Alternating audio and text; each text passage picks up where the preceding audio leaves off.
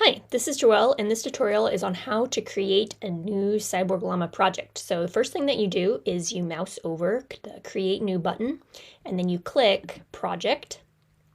The next thing that you need to do is select the type of timekeeping feature that you want to use in your project. So you could use your metronome if you're going to keep regular, unchanging time, a click track if you know that your project is going to require tempo changes or meter changes, any retards or accelerandos, or if you wanted to upload your own piano track. Or you could use a conductor if you don't want your project to be bound by any timekeeping device. You can learn more about what these two project types are, the click track or piano track and the use a conductor type, by checking out those tutorials on the tutorial page of the website. But for this tutorial, we're just going to use the built-in metronome.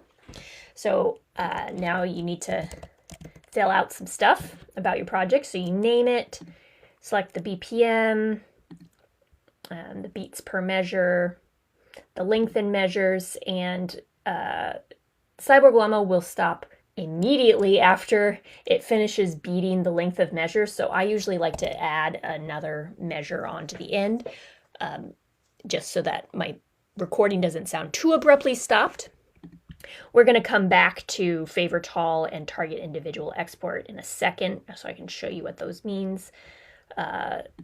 This is the resolution for the final export, so all of the videos mushed together.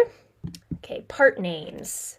Let's just type in some stuff, violin, viola. You can see as I'm typing in the part names, I'm getting a layout preview as I go.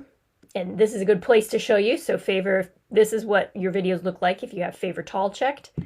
If you uncheck it, you get a wider aspect ratio. And this target individual export, if I were to check this, what that's going to do is that when I'm ready to export this project, it's going to export violin, viola, and cello parts separately rather than all mushed together in a virtual choir format. And you might want to do that if you want to be taking recordings made in Cyborg Llama and then importing them into a different video editor where you can do fancy stuff with it. But for this tutorial, let's just assume that I want these videos to export as a true virtual ensemble, so I will uncheck that box. Okay.